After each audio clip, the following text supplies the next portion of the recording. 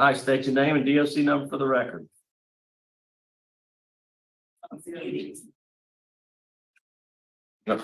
You're on mute. All right, now go ahead and state your name and DOC number for the record. Don't use yours. Skyler Jenkins. Yeah, I brought this. You grab it. Go ahead. Can you hear us? Skyler Jenkins. Go ahead. Skyler Jenkins. DLC number is 555929. All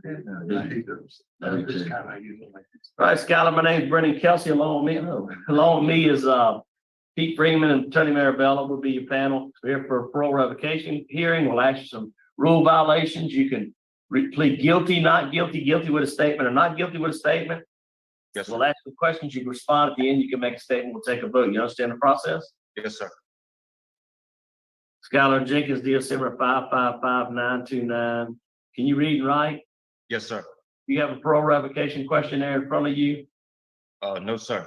You see that right there on the board there? Is that your signature? Yes, sir. Okay, great. All right. Skyler Jenkins, DOC number 555929. Number 4, on or about 6/20/2023, you tested positive on drug screen for MDMA, methamphetamines, amphetamines, marijuana. How do you plead? Guilty. Guilty, all right. Number 7, on or about 6/20/2023, you failed to answer all questions directed to you by a parole officer when you were asked about your drug use. You only admitted to marijuana use. On 2023, you tested positive to drug screen, MDMA, methamphetamines. You admitted to purchasing an Adderall pill off the streets after your urine test yielded positive test. How do you plead to Rule 7? Yes. Plead Guilty. Yes, sir. Guilty, all right. I'm sorry, I can't hear you right now. Okay, you can't hear. Okay, I'm gonna try to speak a little louder. Yes, sir. All right, number 10, you owe an arrears balance of $391 towards your supervision fees. How do you plead? Guilty, but the fees are paid up, sir. Okay, They paid them up right after I come to jail. okay. Special conditions 13, sex offender contract. Agent Hemingway and Agent Newman found you in possession of 2 pairs of little boys' shoes, approximately toddler age. You verbally admitted to contact with your girlfriend's minor child 4. You stated that you were attempting to fix the shoe for the child. You signed the sex offender contract and have the juvenile victim. You were advised that you could not have contact with juveniles unless the parole board allows contact. How do you plead? Guilty with a statement, if I can. Guilty with a statement. All right. Number 13. Wait, we'll let you have a statement. Yes, sir. 13B. On or about 6/20/2023, you verbally admitted to having contact with a minor child. Agent Hemingway, supervisor both was present during the mission. You attempted to lie about having contact with the child. How do you plead 13B? Guilty. Guilty. All right. Answer, Mr. Marabella, please. You said you wanted to plead guilty with a statement about the 4-year-old child. Go ahead and make your statement. Yes, sir. Well, the shoes was found at my house. I don't live with my girlfriend because my dad has a strict rule of no visitors. I stay at my dad's house. I'm home every night, according to my parole officer. The shoes were not his shoes. They was my girlfriend's shoes from when she was a kid. We found the shoes. We was cleaning out the bedroom at her house. She doesn't have. Let me stop you, Mr. Jenkins. Yes, sir. Part of the reason why you're here is because you lied to your parole officer. Right. Yes, sir. 2 possibilities of me voting today. One of them is to try to help you. The other is just to revoke. Yes, sir. And my notes reflect to me, if he lies to me, I'm revoking. Yes, sir. So either come clean today or you're going back to prison. So Yes, sir. That's completely clean. The shoes were at my house. My PO showed up about 6:30 that morning. I was fixing the shoes. They was my girlfriend's shoes whenever she was a kid. The soles was come completely off. I had the hot glue gun plugged up that morning when she got there. She seen the hot glue gun. The child. tell me about the second one you pled guilty to. Sir? Tell me about the one you pled guilty to where you had contact with the minor child. Because I told I was hanging fiber optic wire in Franklinton. Well, that night we had to run from the Wendy's all the way to the McDonald's across right in front of the bridge. And we worked all night that night. Well, I left and went by my girlfriend's house. She lives in Varnado. Instead of going back to my dad's house, I went straight to her house and went to sleep at 5. Well, she don't have custody of her son, but she gets regular visitation, and Miss Jennifer will just bring him over there whenever. Well, when I got there, went to sleep. Whenever I woke up, he was there. So I walked outside. I'm nervous around him. I don't stay around him. He don't live there. It's nothing like that. You know what I mean? I don't intentionally see him. I've cut his hair before. As a sex offender, Yes, sir. you're not supposed to go and sleep at other people's houses without notification, Yes, sir. right? Yes, sir. Well, I mean, you were not supposed to be sleeping where you were sleeping. Yes, sir. She has a child. That child came over there. That's the whole reason for the provisions. Yes, sir. And as far as the child's, being around him, I cut his hair. It was on me completely. I thought as long as there was an adult present that I was okay to be around a That child. is not very clearly, your restrictions include that. No contact. I read whenever Miss Alicia and Miss Newman come that morning, I pulled my diminution of sentence out and looked at the back of it and seen Tell my me about contract. drugs. That started about 2 months after I come home. I started hanging fiber optic wire. I had never climbed no light pole, first off. And when I finally got up there, I realized there was a lot more to it than just climbing a pole and setting a lasher on some cable. So I couldn't really focus. Once I get up there, I get nervous about the power line. So I started eating Adderall.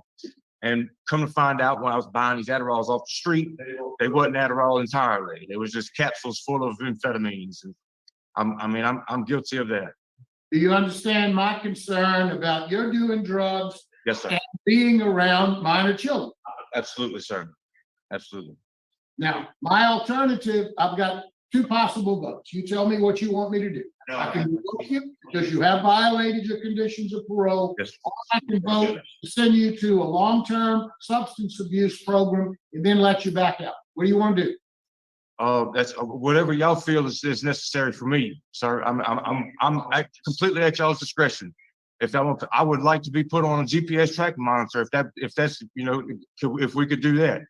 That way my PO would know where I'm at all times. Maybe an option as well. Okay, that's all. Any other question?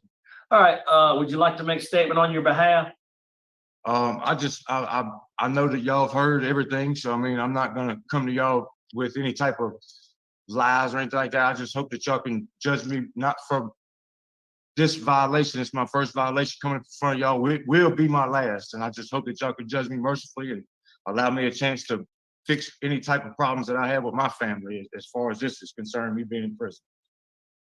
All right, I now did 13 years, and I wasn't prepared when I went home. I ain't gonna lie to you. I took re-entry. I went home with a degree that I took at Ashland University, and I wasn't prepared. It was a lot, and it just hits you all so fast, Okay. I was working. I couldn't get a work pass to go do Alabama storm work with my company, so I lost my job.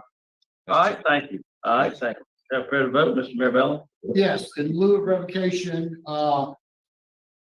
he will complete the Steve Hall program, and then when he's finished, add the condition of electronic monitoring. Okay. Mr. Freeman? My vote is to revoke, due to his pleading guilty to the violation. And my vote is to revoke your parole as well, to plead guilty to the violations.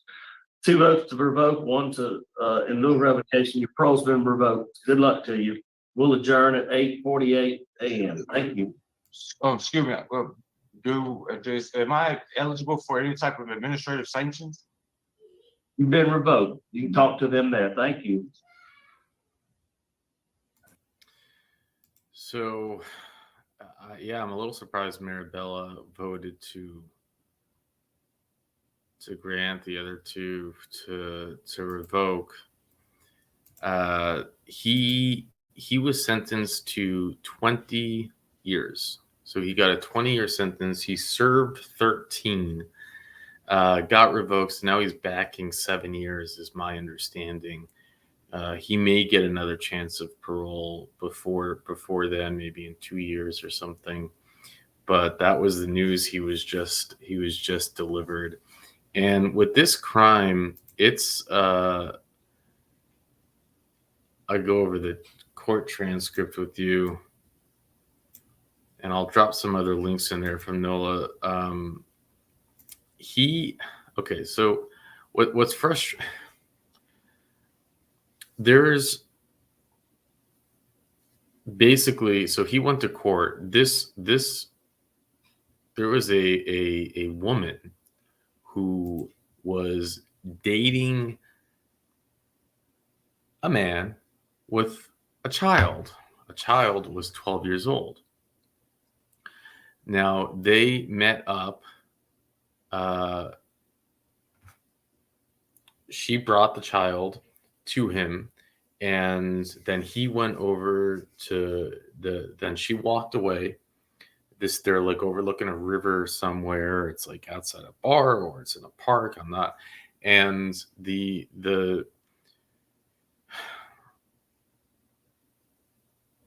he ends up doing it with her. She's 12, he's 19 at the time. She claims that the 12-year-old claims it was her very first time that she did it too. He claims then that, and he also takes pictures of her while he's doing it, while he's doing it. Then a bunch of months later, this same 12-year-old goes and tells the police that there was another man who was 33 years old that was doing it to her. And when the police were investigating and talking with her, she then also spoke about Skyler. Skyler then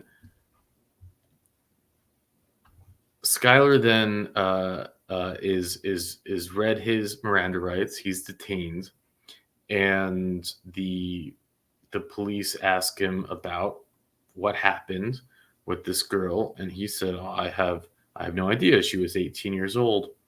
Why am I here? And that's when the detective said, well, I'm gonna blow your socks off. She was 12 years old. And I'm not scrolling through this data. I've just read it now like 3 times. So I'm just repeating it to you. Maybe I'll just go like this because I don't know if you prefer when I read through it or prefer when I tell it in a story like fashion. Let me know in the comment section. And he actually, when he went to court, he didn't take the defense that the woman told him that she was 18 and that the girls told him that she was 18 and that he believed it, because the law dictates that it doesn't make a difference if she tells you that she's not 18.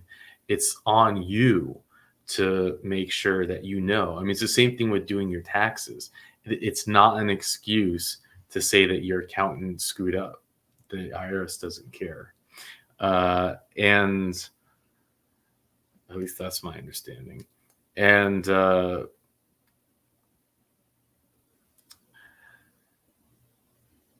his defense in court instead was that how can you charge him with this offense that has a maximum sentence of 25 years? What he did wasn't so wrong. That was his defense, which is just, I mean, I guess he had no other choice. And they were hoping that through the different, I guess, jury process, they can get the jury to feel bad for him. Well, they didn't. They called him guilty. And probably because it's like, dude, she's 12 years old. You're 19 at the time. I mean, come on. You can tell the difference between a 12-year-old and an 18-year-old. The woman, Tiffany Patton, who I cannot find any information on the internet, who was charged and set for trial for selling her boyfriend's daughter to him and other people afterwards. I can't find any information. And I really hope she got the brute end of the sentence, because, I mean, she's the biggest monster in this case, in my opinion.